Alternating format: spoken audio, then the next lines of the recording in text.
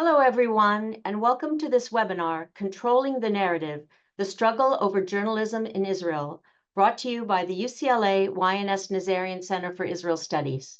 I'm Maura Resnick, the Executive Director of the Nazarian Center, and it's my pleasure to host today's webinar and to introduce our speakers, Nurit Canetti and discussant Rami Hod.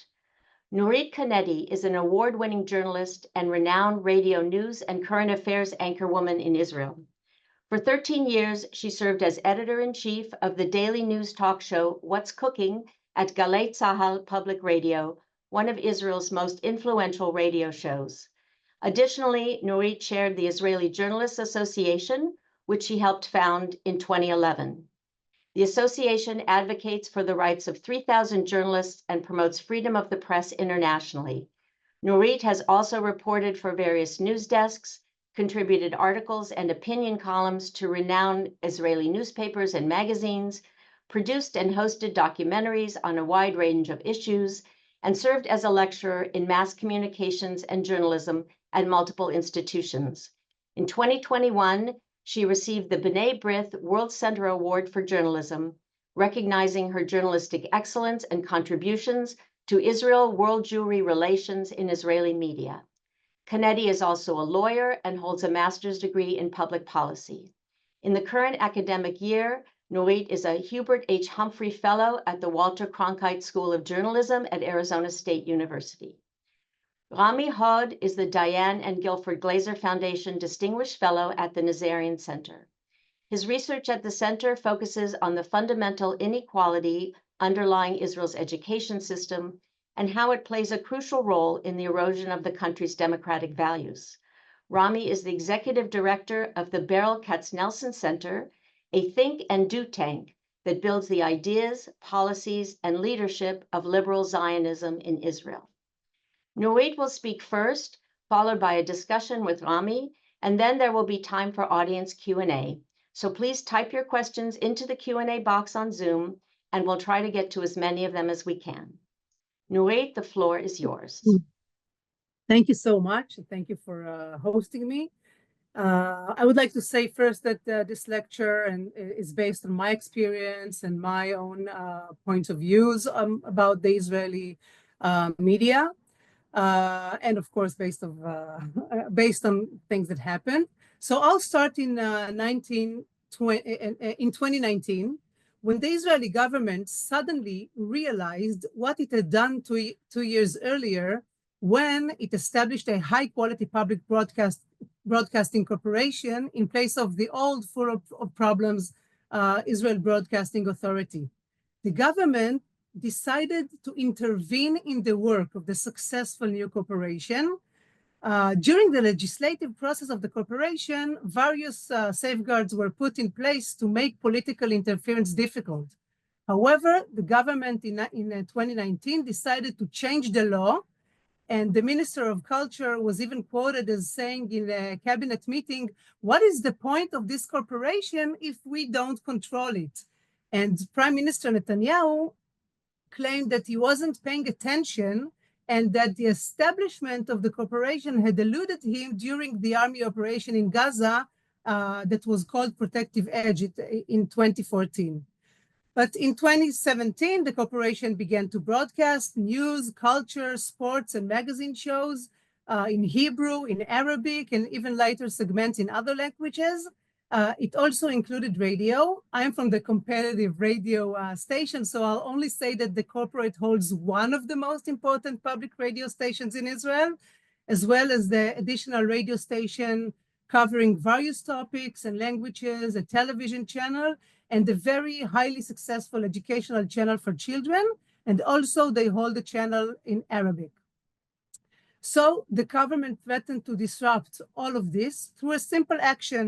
They wanted to separate the news division by law from the rest of the organization.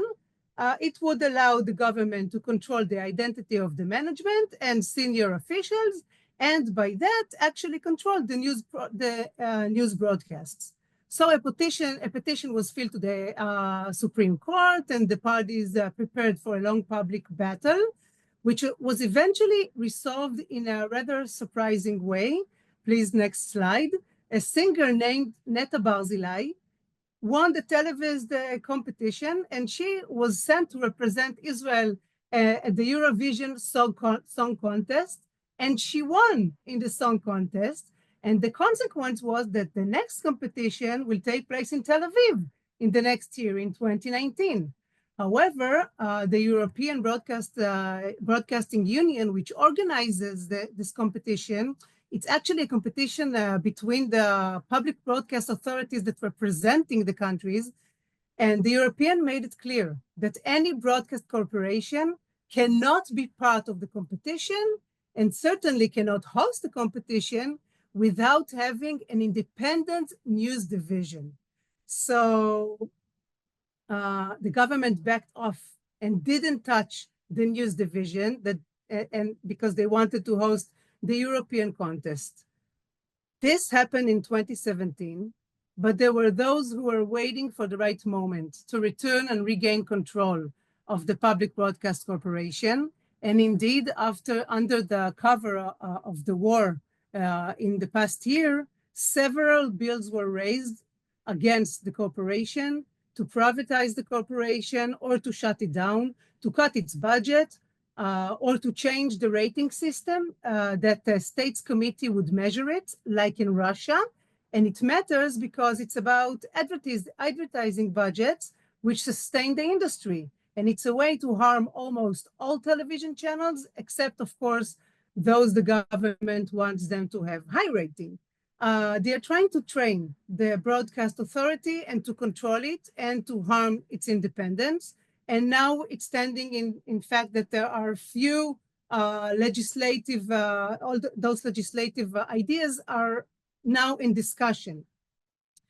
Now we'll take a short break and I will briefly explain the structure of the media market in Israel. Next slide, please. In Israel, there are two public radio outlets, the Kan Corporation, which operates several public stations. This is this broadcast, the public broadcast corporation that I was talking about in the beginning. It has several stations. The most significant, which is Reshet Bet, is a radio current affair news network. This is actually a continuation of the first Israeli radio station, which was established in 1936. It was a British mandate station, but after the state was founded, so it became the Israeli Broadcasting Authority, whose goals are similar to what you call public radio in your countries. And the goals were defined by David Ben-Gurion, the founding father of the state. Another radio station in Israel is Galei Tzahal, which operates out of the army. It was initially founded in 1951 as a station to facilitate communication between soldiers in the front lines and their families, but over time it began broadcasting news and current affairs, culture and music. And despite broadcasting from the military and what you can think about it, Galei Tzahal has long been considered one of the most independent media outlets in Israel. In the recent years, the station has faced efforts to undermine its independence from the government and not from the army.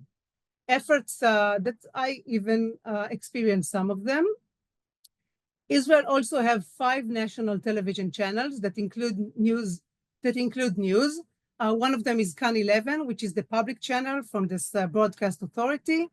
The commercial channels are 12, which is the most popular channel, 13, and I-24. I-24 is a very interesting story. They are owned by a French businessman. His name is Patrick Darhy.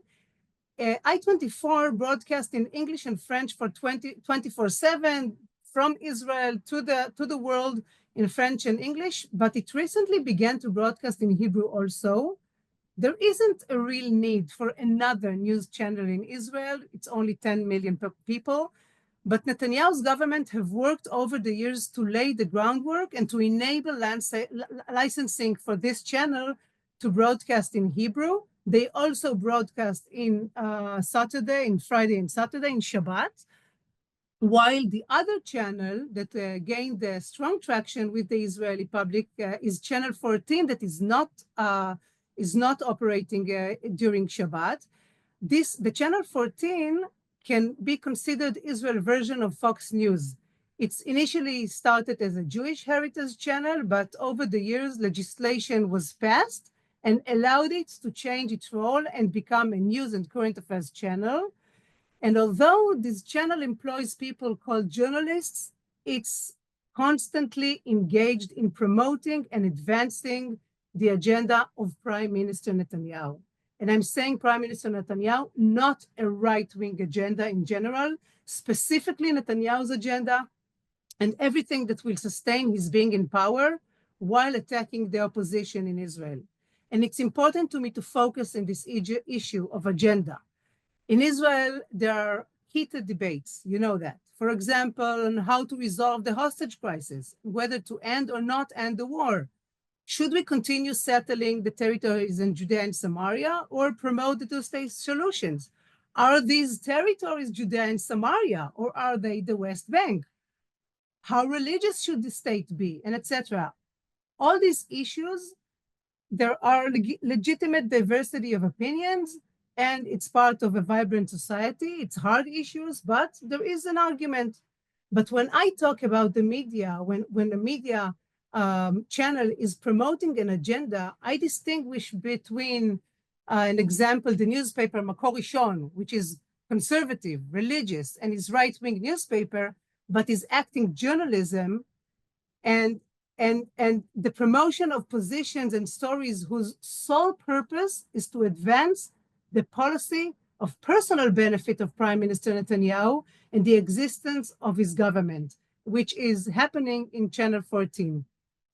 This way, politicians and public figures who are right-wing, religious, or even supporters of the government's position, but if they oppose Netanyahu in one way or another, they can find themselves being attacked on Channel 13 or on the local commercial radio Galei Israel, which is the radio like Channel 13.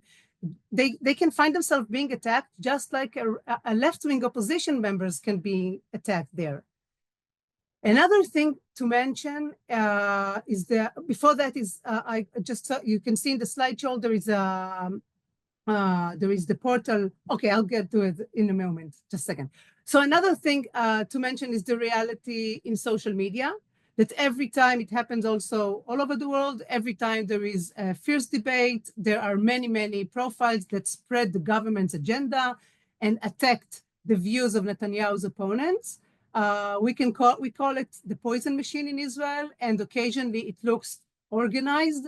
Even former Prime Minister Ehud Barak used to claim that it's organized from a foreign country, but by people in Israel. And lately, Israeli Channel 12 exposed how Netanyahu's wife, Sarah, activated one of Netanyahu's close advisors, telling her who of the opponents to attack and how. And this advisor, her name is Hani Levi, she was died in the past 2 years, were organizing the attacks or by loud demonstration or by a mass attack in social media. Of course, in Netanyahu, Sarah Netanyahu says it's not true. When the poison machine is active, you can see, for example, how media figures who are part of the loyal group of Netanyahu convey the same messages, like in social media, across different media platforms in which they work. Only lately, the Reuters Institute in London published a research that was made by an Italian journalist that showed, after analyzing episodes, how the flagship program of Channel 14 is an example to an unobjective, far-right alternative media outlet. Channel 14 has a high rating, and in the eyes of some public, it's a legitimate news channel, partly because it's easy and convenient for them to the public with a certain views to hear things that align with their worldwide, with their world views. The problem, of course, as you know, is that everyone, like in social media, that people that consume information from their echo chamber that does not challenge their thinking and repeat itself, so they have no doubt. And this is a problem regarding all points of view, and it affects the news cover in Israel, as I will show you in a minute. But also I want to say that there are several newspapers in Israel, and they are still effective. Two extremes, more or less, are the liberal left Haaretz and the orthodox Makor Rishon. is a right wing. In between, there are other commercial newspapers, two of which are mainstream, like Ma'ariv and Yediot Acharonot. And there are also Israel Hayom, Israel Today. Israel Hayom is a free daily newspaper owned by Adelson family. It was established about 18 years ago, and over time, it became clear how strong the connection between the newspaper and the Netanyahu family was until a few years ago. Because I'll tell you in a minute why, but back then it was closely echoed the agendas that served Netanyahu. It stopped after it became known that one of the criminal cases for which Netanyahu is now facing trial is the one in which he met with the publisher of Israel's most popular newspaper at that time. The name is Yediot Acharonot. And he discussed with him how limiting the circulation of Israel Today, of Israel Hayom, which due to being distributed for free, threatened Yediot Acharonot's profits. What Netanyahu expected to gain from this was more favorable coverage for himself in Yediot Acharonot. Netanyahu currently standing in trial in Israel for 3 criminal cases, 2 of which concerned to his attempts to influence the media coverage against him. And in fact, many in Israel's public system testified that many years ago, even before he became prime minister, Netanyahu used to explain how in order to control the country, you need a newspaper that works for you. I personally heard this from former Israeli prime minister who heard it directly from Netanyahu when they both were young politicians. Anyway, the love story between Netanyahu family and Israel Today has stopped after they discovered that he tried to sell their distribution to Yediot Acharonot, and now they are not in connections. So regarding everything I said, you might think, okay, there is right-wing media outlets in Israel. There are left-wing media outlets, some of which are loyal to Netanyahu, others not. There are those in the USA that are loyal to Trump. Some are Republicans, some are liberals. Everybody knows that. So what's the problem with it? So the problem is that over the last decade and a half, everything in Israel become political. Religion is political, climate change is political, educational is political. The dichotomous division of here or there, right or left, with Bibi Netanyahu or against Bibi, has created a situation where the press struggles to cover the news in an objective manner.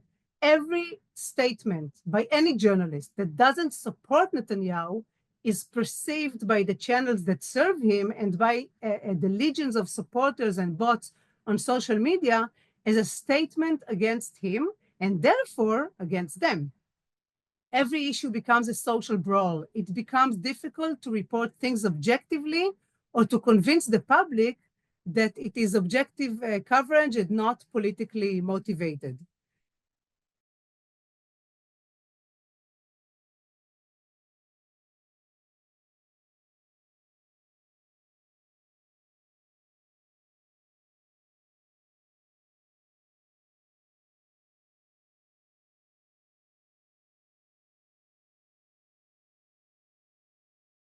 And Fox, Netanyahu claimed from 20 years ago that the media was not diverse enough was valid.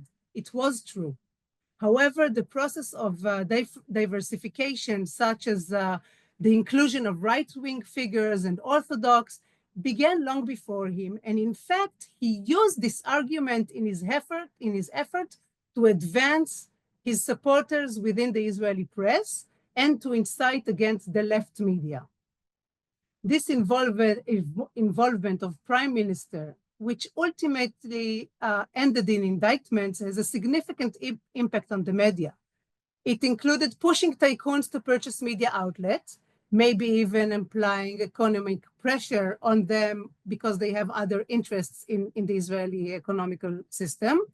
And a pressure on media owners. And as we know, there is pressure on the public media outlet because they depend on the government in their budget. So you can push them very hard.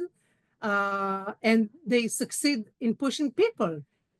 even if they were not professionals or not journalists, into influential position in broadcast and content management in significant media outlets.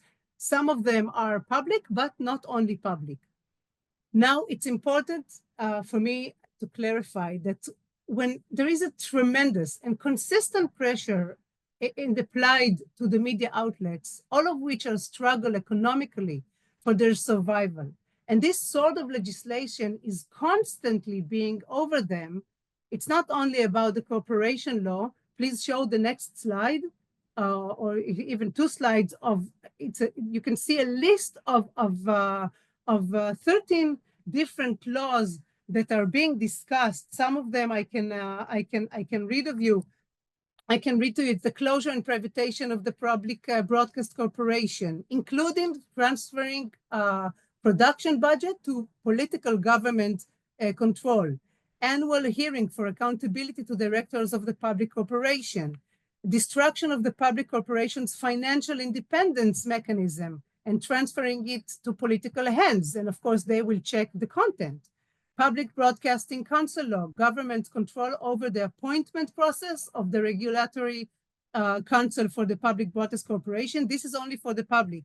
Destruction for public radio by creating a commercial national radio market to be handed over a few tycoons who will receive license from the Minister of Communication without any need of a tender. The law to close the other public radio, Galei Tzahal, which I work in. Nationalization of the rating measurement sector, the broadcast limitation law that give the power to the Minister of Communication to restrict foreign channels to, that security agencies have determined poses a direct threat to the state's security, blocking their website and take over their equipment. And it already applied for against Al Jazeera broadcast in Israel. Another one is the closure of Regulatory Council for Commercial Broadcasting and the replacement with the Political Council. Another one is a benefit worth of 10 millions of shekels annually to Channel 14. Another one is another benefit of million shekels to Channel 14, just different laws. Limiting the independence of media acquisition companies and to oversight the advertising sector so they can redirect advertisement to which channel they want. And the internet closure law, a law that allowing the government to shut down websites and social networks. All those legislation is now being in debate in the parliament by the government, and all of them are held as a sword over the heads of us, of the media outlets. And all of them are aimed to change the media market. All of them has the potential to elevate media outlets that the government favors and to harm the others, and enhancing the power of those in hands of the government supporters. So when you have this sword is being held up, when constant pressure is applied, and when the prime minister and the government ministers regularly attack media outlets and personally attacks journalists who their reports they don't really like, and when the public is incited, pushed against the media for so many years, we're talking about 15 years already, when all of this happening in a fragile security situation like in Israel, when the feeling of persecution and victimhood in the public is constantly growing and nurtured by the government, this damages the work of all journalists, and it leads to a phenomena of self-censorship, disruption of editorial judgment, and fear to lose careers. It's not by chance that few of our best and committed journalists in central media outlets lost their jobs and failed to find new in central media outlets. They have to be in like little media outlets, because managers and editors don't want to hire people that will make the government angry all the time. They have enough troubles already. Here in the United States, there are countless job opportunities for journalists. In Israel, the market is very small and stingy. And many excellent and skilled journalists that I know have paid the price for professional work and have either left the profession or are not fulfilling the full professional potential. The way that Israeli journalism was damaged led to a loss of trust in traditional journalism and pushed people towards social media, where, as you know, fake news and psychological manipulation are thriving. And journalism, the real kind, is now fighting for its life in Israel. It's my dream that commercial journalism will come into the hands of people with values and ideology. I don't care about left or right, but the ideology needs to be clear and truth journalism. But people that are committed to journalism to be the owners. And this means covering and writing about things that are difficult for the public in Israel. The public in Israel find very hard to digest. And I want to give you an example of coverage that is very hard for the people in Israel to digest. I'm going back to 2006. During the Second Lebanon War, the Israeli army was unprepared and many issues were revealed. Channel 10 News, now it's Channel 13, exposed the shortage of combat vests and food for the soldiers. The exposure allowed for a solution for some of the problems because first the army recognized it, and then citizens and also American Jews rushed to donate and fill in the gaps, just like after October 7. A huge outcry emerged in the public about why the weakness of the army were being exposed. The media in Israel was heavily attacked by the public, and also the public claimed that reporting on the location of the rocket explosions impact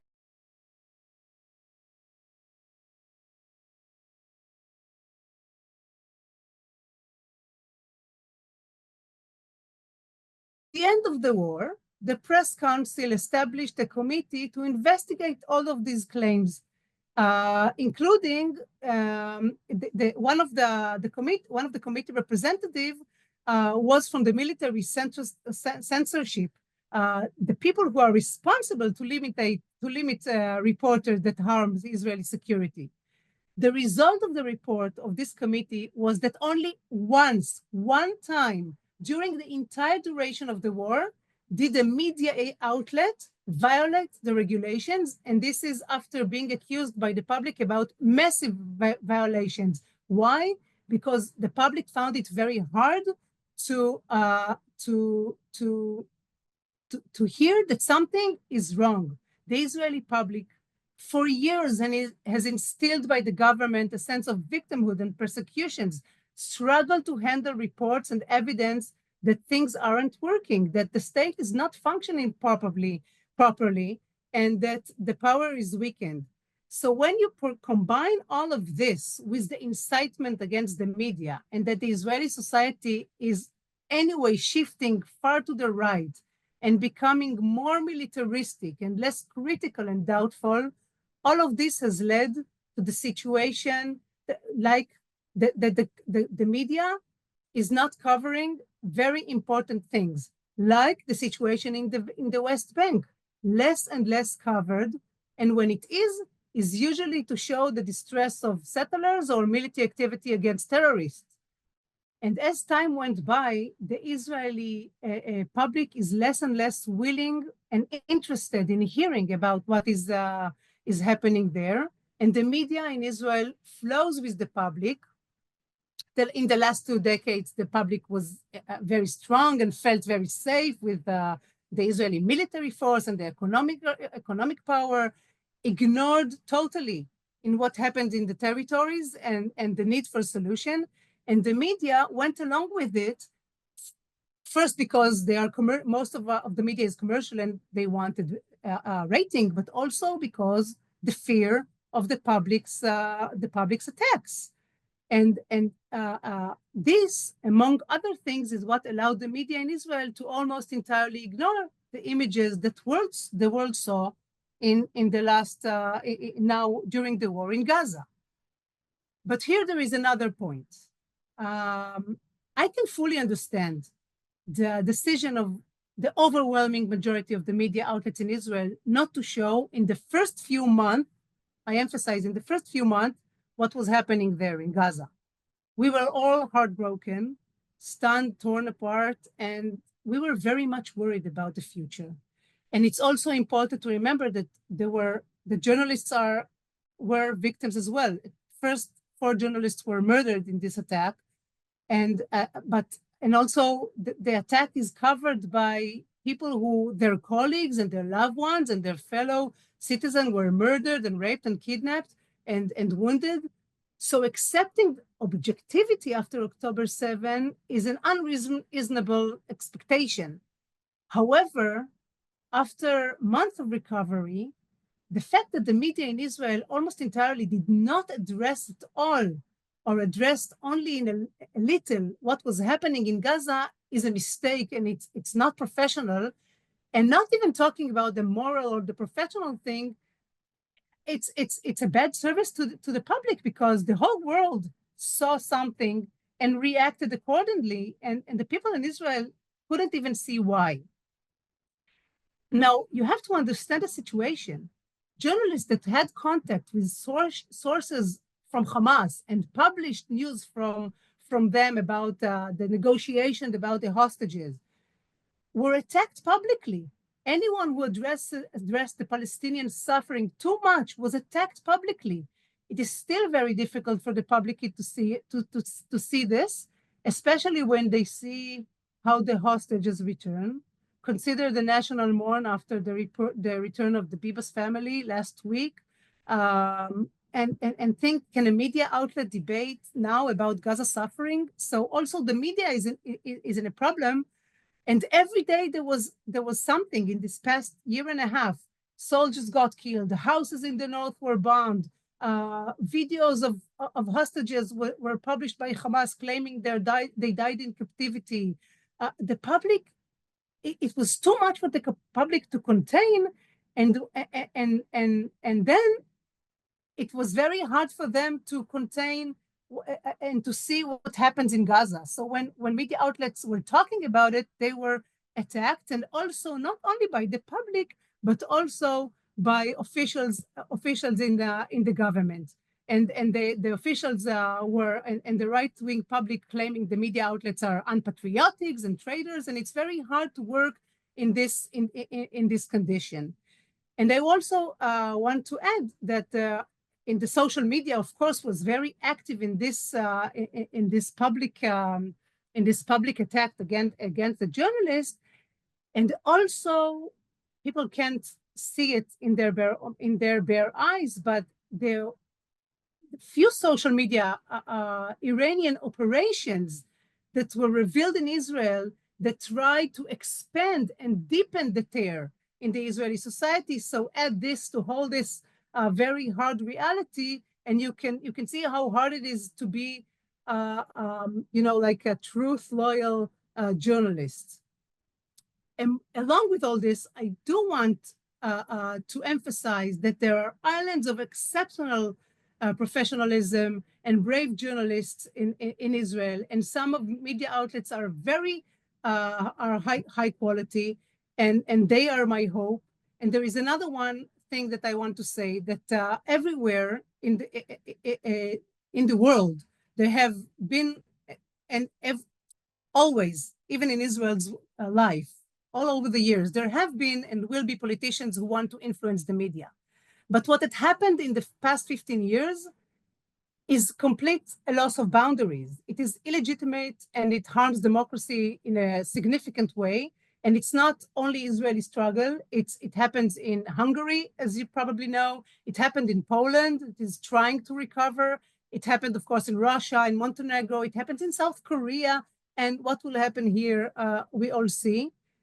But there is something that I see, like something that I have hope for, is the fact that all those leaders are attacking the mainstream media because they cannot operate their poison machine and their loyal medias if they didn't have the mainstream media.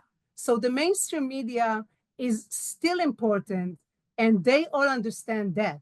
So what we need to do is to strengthen the mainstream media, to strengthen the journalists, to strengthen the editors, the publisher, to encourage them and to demand clean and brave journalism, and to invest in this money and efforts to encourage them on the one hand and to demonstrate when they don't do that, not let them forget that they are holding democracy in their hands. Actually, because I'm a journalist and I see that as my mission. I'm one of them. We are holding democracy in our hands. That's all. Rami.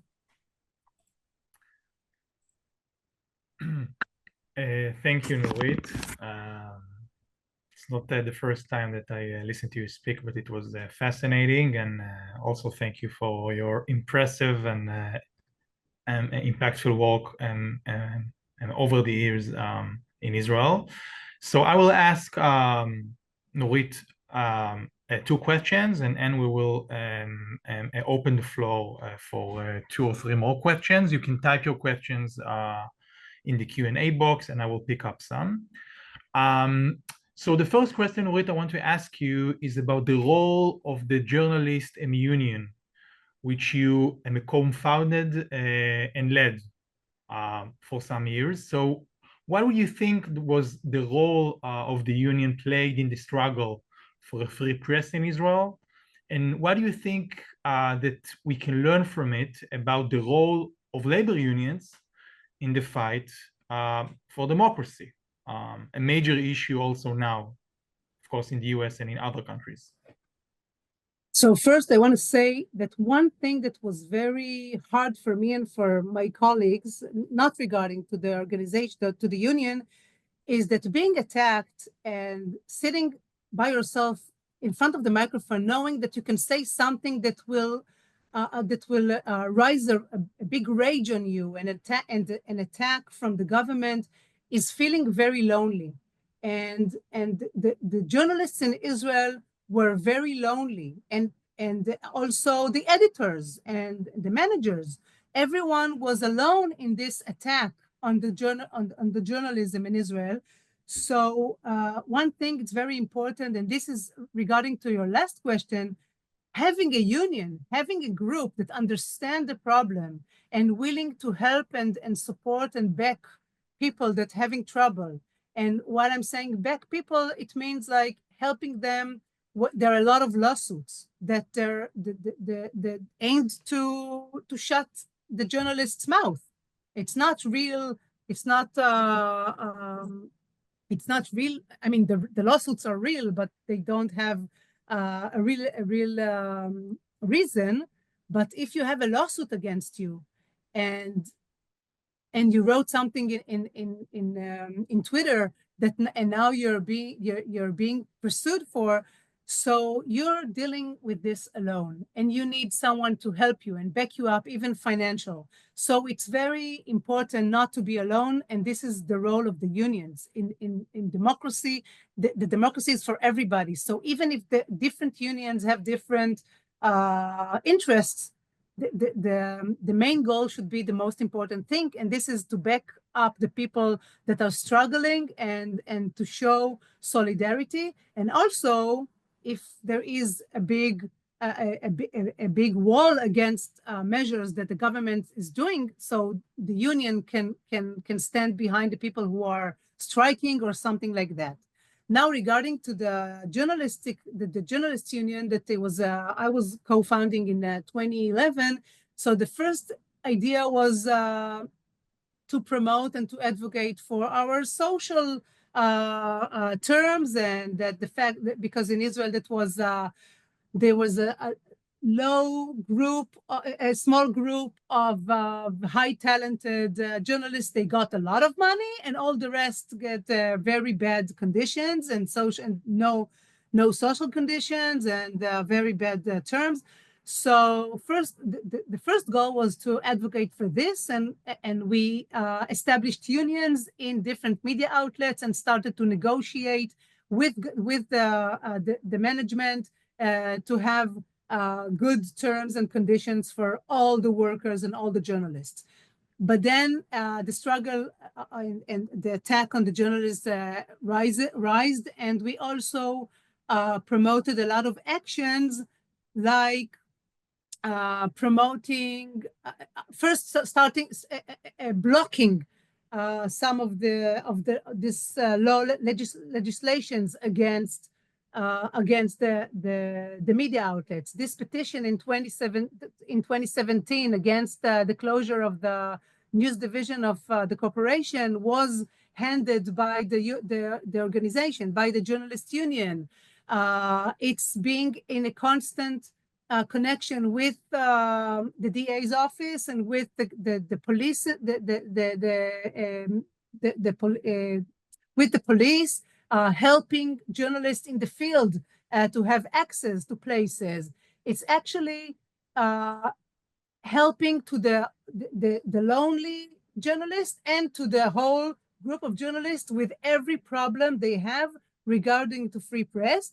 And we also had some parts in successful struggle. A year ago, there was a try to appointed a CEO, a political CEO in channel to be the editor-in-chief and the CEO of Channel 13 News. And it was for sure, I mean, there was no doubt it is a political appointment, and what is the goal for this. And because they have a strong union that the journalist union established in news in Channel 13 News, we could struggle against it and had a petition to the Supreme Court, and we gave them a lot of legal advice. We actually financed the legal advisors, and we organized the battle, and the battle was succeed, and this appointed was canceled. And now they have a journalist that is loyal to the values of journalism as a CEO and editor-in-chief, and not a political state appointment. Yeah, and that was a big deal in Israel back then, because it was during the struggle against the judicial overhaul, and it demonstrated to lots of people that went to the street and in order to defend democracy, that without the power of the union, we would have like a political figure without any journalist background in one of the top positions in Israeli media. And this is I think a good example of how to stop bad things against democracy through the power of unions. Another question I want to ask you, Nurit, is if you can put your hat as an editor for a few minutes, and help us to understand, how do you think the media should act, and what is the policy that mainstream media should adopt on a point that is very crucial these days in Israel, and again also here in the US, is how to refer to extreme politicians like Itamar Ben-Gvir in Israel, or like people who help with the ratings but harm democracy. Okay. This is a major challenge, because there were lots of criticism in Israel how the mainstream media helped to build Ben-Gvir as a legitimate figure in Israeli politics. So what do you think? It's not an easy question, I think, how to deal with it. Okay. Actually, for me, it's quite easy because I am one of two journalists that were Itamar Ben-Gvir sued 10 years ago for not letting him, me and the host of the program that I was editing, he sued us for not letting him go on air every time he wanted. So he went to court. It was canceled, but it shows you that people see a problem with editorial considerations. I was giving him the microphone only when I felt it's a real story that he really needs to talk about, and not because he's a good show. What happened in the past few years The media in Israel, most of it is commercial, and as I said, is pressed all the time.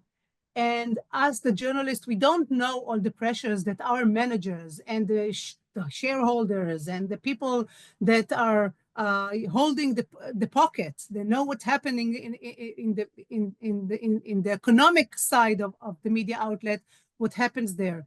So, and as I also said, everything became political. So what happened in Israel was that the news became not reporting, not showing you what's happening, but talking heads about the situation.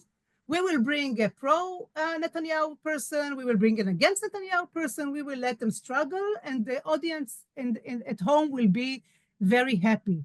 This is not journalism, this is entertainment. In my point of view, it's a terrible entertainment, but people likes it, and it brings rating, but it's not journalism. And the thing is, it's controlled even journalistic programs. And when this is the most, the most common broadcast, so Itamar Ben-Gvir is a very good person to bring to this kind of wrestler, studio. a good wrestler.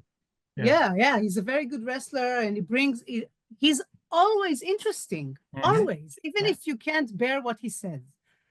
So I do blame my fellow colleagues that I really appreciate in pushing Itamar Ben-Gvir and still doing it right now, after knowing everything, after even knowing that when he talks, the hostages in Gaza suffers, because when we already know, we heard from firsthand from the hostage Eli Sharabi that came back last week and was interviewed because he wanted to promote his brothers that are still held in Gaza. And he said that when Itamar Ben-Gvir was bragging in the media how he harmed the prisoners, the Palestinian prisoners in jail, they suffered. They didn't get any food at all.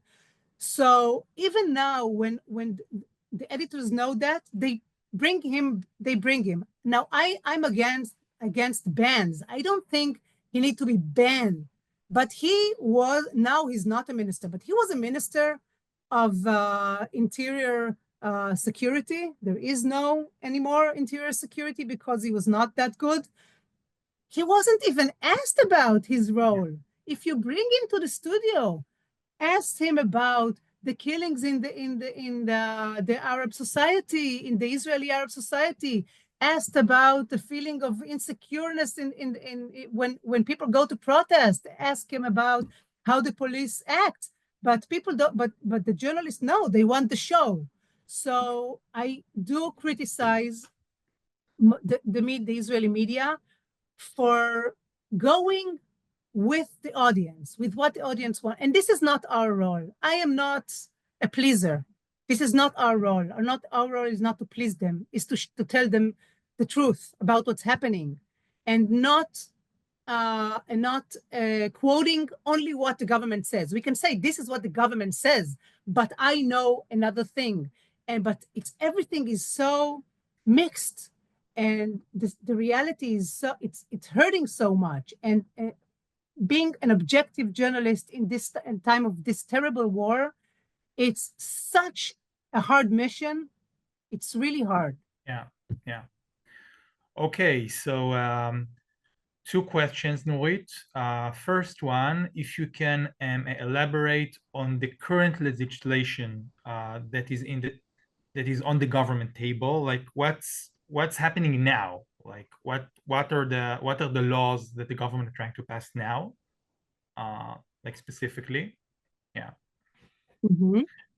And the second is about the landscape of new media outlets, or things that are talked about the importance of the mainstream, and I agree with you, but is the landscape of like new media outlets, is it making a difference, or it's like only a game of like how the mainstream media is shaping public opinion? Like, what role do you see for like new outlets, new initiatives? Are they expanding, and do they have an impact? So these are the two questions.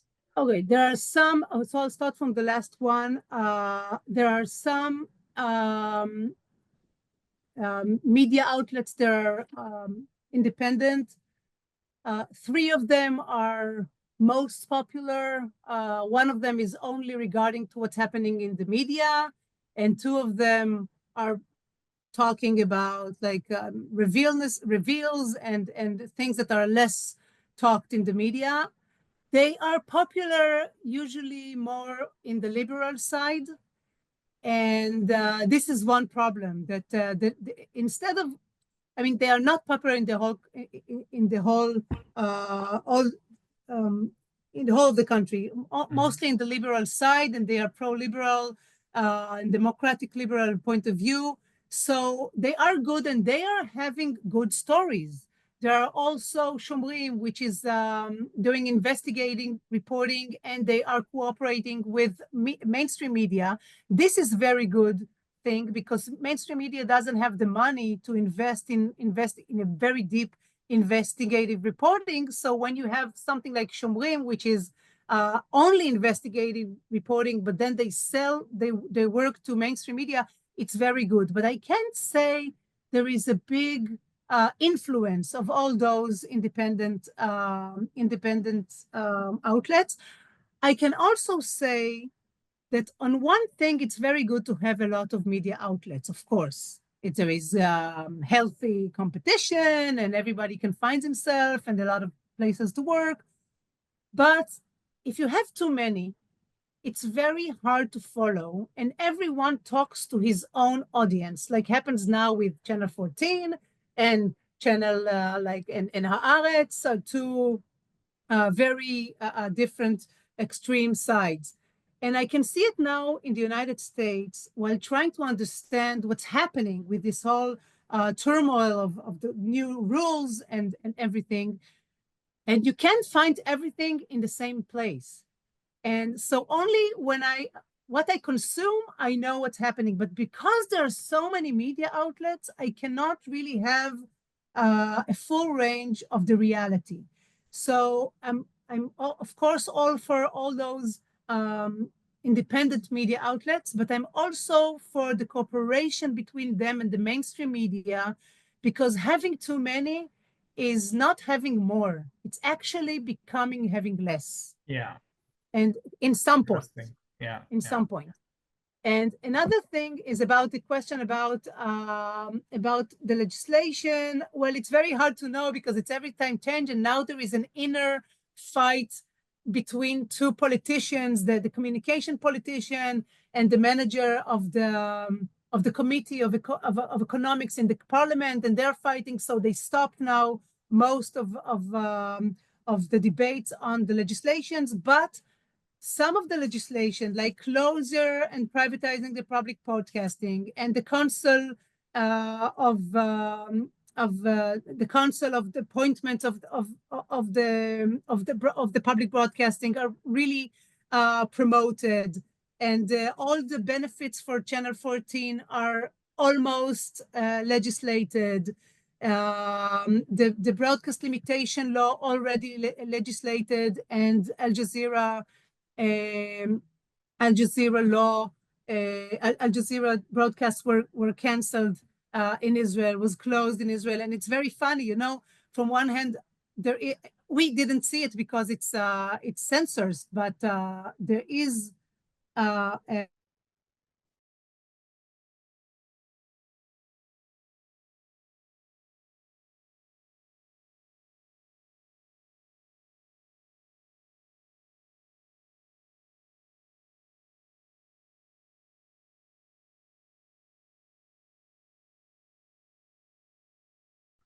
Nurit, are you here? Yeah.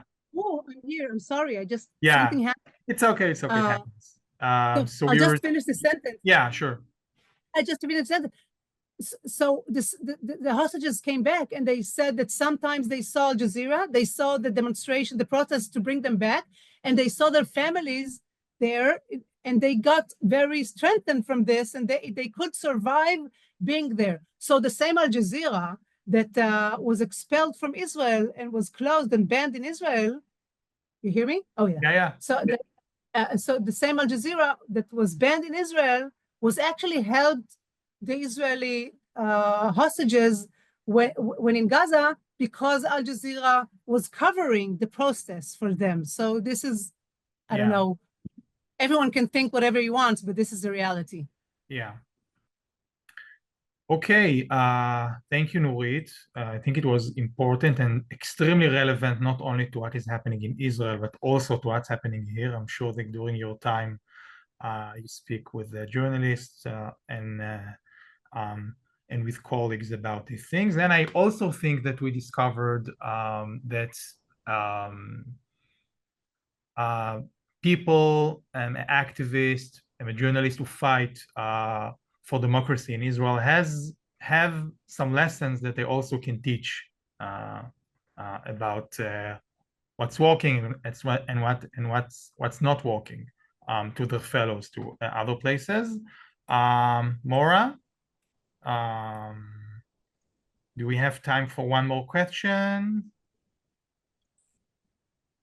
I think we do have time for one more question. Okay, so Nurit, maybe you can short one. Okay, maybe you can say a few words again about this experience, your connection with fellow journalists of the public media and from around the world, the kind of conversation that you have with them, some insight. What do you learn? Like, what are the insights that you have about like in the international picture? Unfortunately, what I learned is the media is attacked almost all over the world, even in the Western world. And what I discovered is that my fellow journalists in other countries feel almost the same. In every place, it's different. Like in Montenegro, so it's a pro-Russian that wants to control over Montenegro. It's not the same as in Israel, but the reality of the journalists are the same. They're being attacked. They're being censored. They're being fired. They can't fulfill their mission. And it was heartbreaking because I knew about Hungary and I knew about Poland and I knew about other places, but even South Korea, which I thought is a very successful democracy, and I discovered that the journalism there is handling very bad things.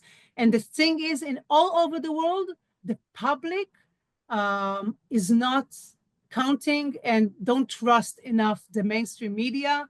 And I think it's, I don't have a solution right now on the half a minute I have, but this is what I learned, and it's very hard reality all over the world, not only in Israel, not only here.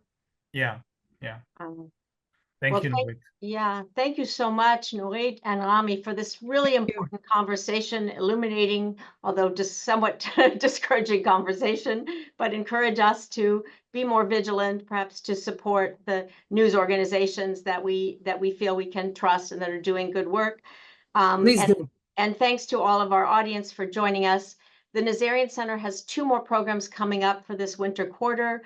On March 11th at 10 a.m. Pacific time, author Yardena Schwartz will discuss her new book, Ghosts of a Holy War, the 1929 massacre in Palestine that ignited the Arab-Israeli conflict. It should be a fascinating discussion as well. I encourage you to come. Also on March 11th at 11 a.m., right after, the center is co-sponsoring with our Berkel Center for International Relations. We're co-sponsoring the Daniel Pearl Memorial Lecture, which always features a journalist. The talk will be by journalist Haviv Retegur, excuse me, on, he's going to speak about the new Middle East. So please join us for those programs. You can visit our website or join our mailing list to get information about those and all of our future programs coming up. So thank you again, Nurit and Rami, and thank you to our audience, and goodbye for now. Thank you.